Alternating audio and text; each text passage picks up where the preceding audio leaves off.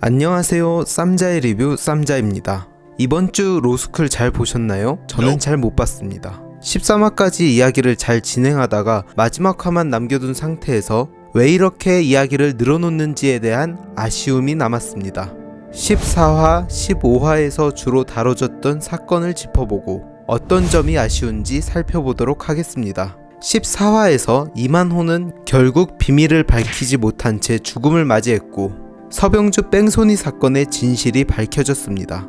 서병주는 고형수와 중학교 동창 장례식에서 돌아오는 길에 고형수가 중요한 회동이 있어서 급하게 가야 한다고 했고 대리를 부르자는 서병주의 의견을 무시한 채 한사코 술에 취한 서병주에게 음주운전을 시켰습니다. 결국 서병주는 음주운전으로 뺑소니 사고를 냅니다.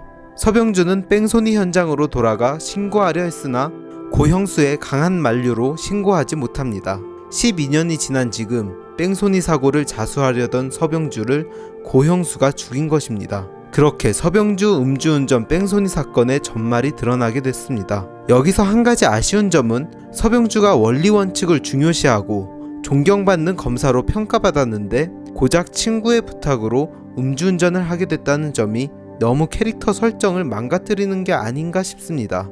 대쪽 같던 양종훈의 검사 시절 유일하게 따랐던 인물이기도 했고 강솔비의 논문 표절에 대해서도 단호하게 자신의 표절을 인정하라고 했던 서병주가 너무 쉽게 범법 행위를 했다는 점이 앞뒤가 맞지 않다고 느껴졌습니다.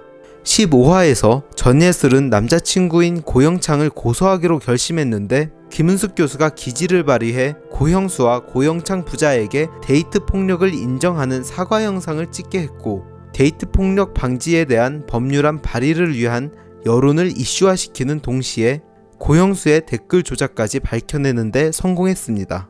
이 장면에서 고형수를 움직인 김은숙의 내공과 미리 법안을 작성한 양종훈의 큰 그림까지 맞아떨어지면서 흥미로웠습니다.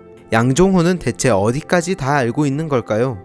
또 양종훈은 고형수의 여론전에 동원된 댓글 부대의 정체를 밝혀냈고 진형우 검사를 뒤흔들어 고형수의 관계에 금이 가게 합니다. 마지막으로 강솔 A를 강단으로 분장시켜 고형수 사무실 압수수색까지 해내며 턱밑까지 고형수를 조여왔습니다. 14화를 보고 15, 16화는 고형수의 악행을 낱낱이 고발하고 법의 심판대에 세워질 내용으로 전개될 줄 알았는데 15화에서는 갑자기 추가되는 이야기들이 생겨 마지막 회에 어떻게 이 많은 이야기를 풀어나갈지 혼란을 더했습니다. 우선 진형우 검사 피의사실 공표죄 헌법재판, 송 변호사의 김은숙 교수 배드파마 명예훼손 고소, 정의법정 변론 경연대회에 나가게 되는 로스쿨 학생들, 유승재 노트북 해킹 관련 재판, 전예슬 데이트 폭력 방지 법안 발의까지 이런 수많은 이야기를 어떻게 정리하고 끝을 낼지 단 1화만으로 가능한지 의문이 들었습니다. 게다가 몇 가지 추가로 의문이 가는 포인트가 생겼는데 극 초반부터 후반까지 고형수를 처벌할 중요한 열쇠가 될 것으로 생각됐던 강단의 역할이 오늘로써 애매모호해졌습니다. 강단을 계속 언급하면서 비중 있게 다뤄질 것으로 예상했지만 결국 어이없게 맹장이 터져 한국에 오지 못한 강단. 어째서 강단이라는 캐릭터는 그냥 화장 진하게 한 강솔 A이자 미국에서 잘 나간다는 것만을 보여주려고 했는지 아쉬움이 남습니다. 그리고 갑자기 집주인이 집세를 올려 급전이 필요하게 된 강솔 A에게 날아든 정의법정 변론 경연대회, 집세를 올리는 집주인과 기가 막히게 대출에 대한 규정이 바뀌어 공경에 처하는 절묘한 타이밍까지 마치 강솔 A가 꼭 정의법정 변론 경연대회를 나가야만 하는 당위성을 마련해주기 위한 설정들이 자기적이라는 느낌을 받았습니다.